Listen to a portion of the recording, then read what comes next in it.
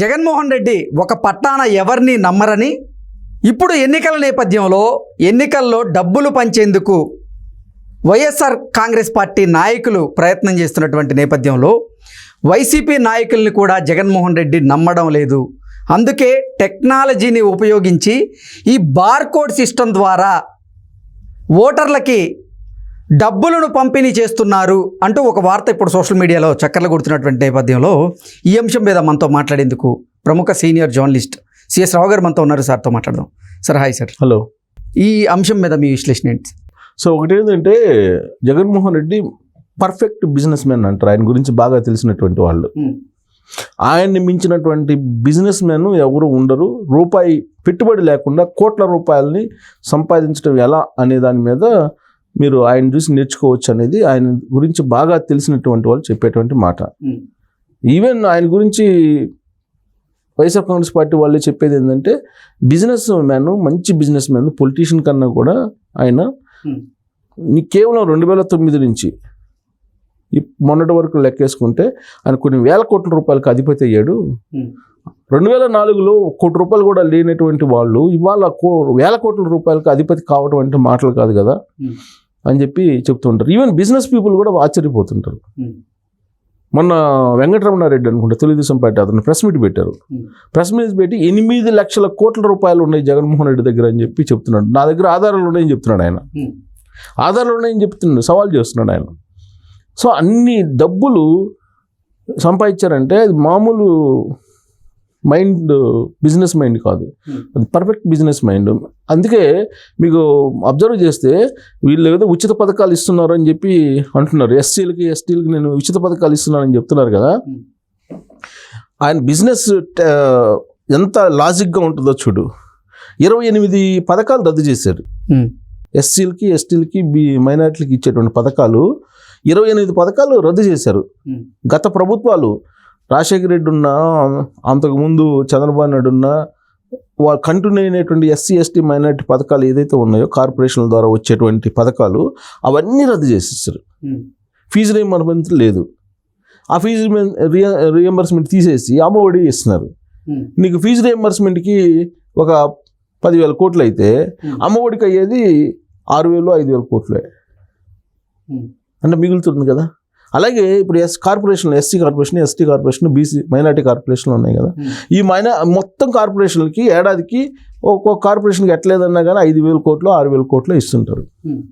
అవి మొత్తం తీసి పడేసి ఈయన ఈ ఉచిత పథకాలు, నేను డబ్బులు ఇస్తున్నాను, డైరెక్ట్ డబ్బులు ఇస్తున్నానని చెప్పేసి మొత్తం పథకాలను కట్ చేసేసారు.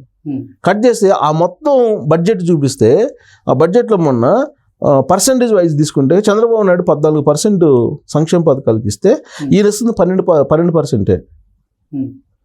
అంటే ఒక 100 రూపాయలు చంద్రబాబు నాయుడు ఇస్తే ఇతను ఇస్తుంది 80 రూపాయలే. ఓకే. కానీ సంక్షేమ పథకాలు పేటెంట్ నాకే అని చెప్పి అంటున్నారు. అదే ఆయన బిజినెస్ టాక్టిక్స్. అలాగే ఇప్పుడు ఎన్నికల ప్రక్రియ చివరికి వచ్చేసింది. Polling important.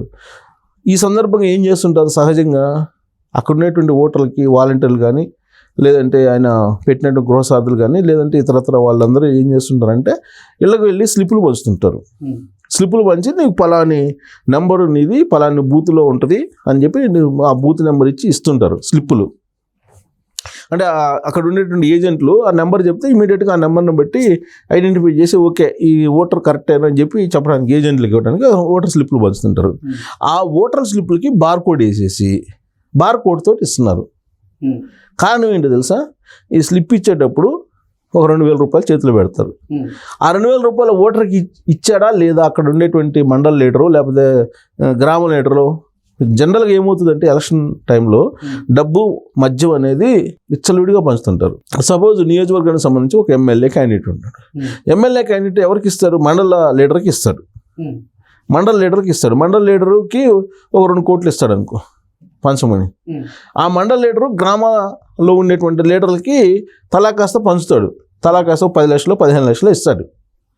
ఆ గ్రామ లీడర్లు ఏం చేస్తాడు? ఆ గ్రామంలో ఉండేటువంటి ఓటర్స్ సంబంధించి మొత్తం లిస్టు వాళ్ళ దగ్గర అవగాహన ఉంటుంది కాబట్టి తీసుకెళ్ళి పంచుతాడు. ఈయనకి గ్రామ లీడర్కి ఒక 10 లక్షలు ఇచ్చారనుకో, ఆ 10 లక్షల్లో ఒక 5 లక్షలు పంచి 5 లక్షలు జేబులు వేసుకుంటుంటారు ఎక్కువ మంది. అందరికి అది కానీ ఎక్కువ మంది. ఇది జరిగేది ఎలక్షన్ అనగానే అందరికీ పండగ. ఎందుకంటే అందుకు ఎవరి స్థాయిలో వాళ్ళు నొక్కేస్తుంటారు. ఎమ్మెల్యే స్థాయిలో ఎమ్మెల్యే ఒక 10 కోట్లు పంపిస్తే మండల లీడర్లకి తలా ఒక 2-3 కోట్లు ఇస్తే ఆ 2-3 కోట్లు ఒక 50 లక్షలు నొక్కేసి ఒక 2.5 కోట్లు పంపిస్తారు కిందకి. వీళ్ళందరూ కూడా దాంట్లో వాళ్ళకి వచ్చినటువంటి భాగంలో 10 లక్షలు 15 లక్షలు మళ్ళీ ఒక 4 లక్షలు 3 లక్షలు నొక్కేసి మిగతావి పంచుతారు. మిగతావి మిగులుతాయి వాళ్ళకి. కాబట్టి ఈ ప్రాక్టీస్ అంతా తెలుసు కాబట్టి వైఎస్ఆర్ కాంగ్రెస్ పార్టీ ఏం చేసింది, ఒక మంచి ప్రాక్టీసు, నీకు బార్కోడ్ తీసుకొచ్చి నీకు స్లిప్ ఇవ్వగానే నీకు 2,000 రూపాయలు ఇస్తారు. 2,000 రూపాయలు ఇవ్వగానే అక్కడ ఇచ్చినట్టు మనకి బార్కోడ్ అక్కడికి కనెక్ట్ అవుతుంది.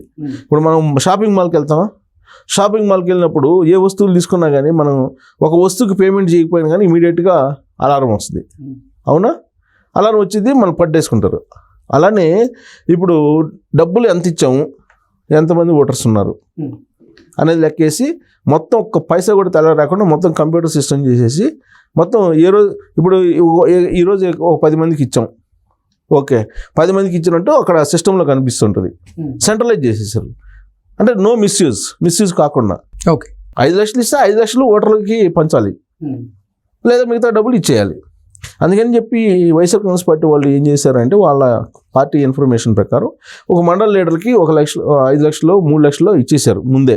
ఇది నువ్వు మేము పంపించే డబ్బులు మాత్రం ఖచ్చితంగా ఓటర్లకు పంచు అని చెప్పి. అలాగే మండల లీడర్లు కాకుండా అక్కడ ఉండేటువంటి కొంత ఆర్గనైజర్స్ వాళ్ళు ఉంటారు కదా, వాళ్ళకి కొంత ఇలా ఫిక్స్ చేసేసారు. గ్రామ స్థాయి లీడర్ అనుకో, గ్రామ స్థాయి లీడర్కి 1 లక్ష రూపాయలు, బాబు ఈ లక్ష నీకు, నువ్వు వాడుకో, మేము పంపించే డబ్బులు మాత్రం నువ్వు పంచు. ఇలా సెట్ చేసేసారు. సెట్ చేసి దానికి బార్కోడ్ పెట్టి దాన్ని ఒక బిజినెస్ యాంగిల్లో చేసి పడేశారు. అసలు 2,000 రూపాయలు ఇస్తే ఎంతమందికి ఇవ్వాలి, 5,000 ఎంతమందికి ఇవ్వాలి, 10,000 ఎంతమందికి ఇవ్వాలి, ఐడెంటిఫికేషన్. అంటే 2,000 రూపాయలు అయితే మనం పార్టీకి ఓటేస్తాడు, ఓకే ఇవ్వాల్సిందే, ఇచ్చేసేయండి 2,000 రూపాయలు. ఓకే, అవతల పార్టీ వాళ్ళు ఎవరైనా వచ్చే అవకాశం ఉందా, 5,000 ఇచ్చేసేయండి. అలా కాకుండా ఇంకా 10,000 రూపాయలకు వచ్చేవాళ్ళు ఎవరన్నా ఉన్నారా, వాళ్ళని ఇచ్చి, అంటే 2,000 రూపాయలు ఎంతమంది, 5,000 రూపాయలు ఎంతమంది, 10,000 రూపాయలు ఎంతమంది, ఇలా కేటగిరీలుగా చేస్తున్నారు. అంటే సపోజ్ ఏ పార్టీకి చెందినటువంటి వాళ్ళు ఉన్నారనుకో, వాళ్ళకి 10,000 రూపాయలు ఇస్తే వేస్తారేమో అడుగు. 5,000 అవతల పార్టీ వాళ్ళు తెలుగుదేశం జనసేనలో ఉన్నారు, 5,000 ఇస్తే ఇటు వస్తారో చూడు, అంటే వాళ్ళు 2,000 ఇస్తే మనం 5,000 ఇద్దాం, ఆశ పెట్టు చూడు అని చెప్పి ప్రయోగాలు. సో 2,000 ఇచ్చేవాళ్ళు ఎంతమంది, 2,000 ఎంతమందికి ఇవ్వాలి, 5,000 ఎంతమందికి ఇవ్వాలి, 10,000 ఎంతమందికి ఇవ్వాలి అనేది ముందే ఒక లిస్ట్ అవుట్ చేసి పెట్టారు. లిస్ట్ అవుట్ చేసి పెట్టి గత 10 రోజుల నుంచి ఫోన్ చేస్తూనే ఉన్నారు ఓటర్స్కి, IVRS కాల్స్ చేసేసి మీ ఓటు ఇక్కడ ఉంది, మీ నెంబర్ ఇంత, మీరు రావచ్చు, తర్వాత మీకు బస్సులు పెట్టాము, పలాని బస్సుల్లో మీరు ఎక్కచ్చు, తర్వాత అక్కడే బస్సులో డబ్బులు ఇస్తారు, ఇవన్నీ చెప్తున్నారు. ఎంత బరి తెగించి ఎన్నికలు చేస్తున్నప్పుడు అక్కడ కనుక వన్ సైడ్ ఓటింగ్ జరగకపోతే, వన్ సైడ్ ఏపీ ప్రజలు కనుక ఓటింగ్ చేయకపోతే ఎన్నికల ప్రక్రియలో మాత్రం పై చేయి జగన్మోహన్ రెడ్డి నిలుస్తాడు అనేది మనం విశ్లేషణ చేసుకోవచ్చు. ఎన్నికల ప్రక్రియలో అంత పగడ్బందీగా చేస్తున్నారు.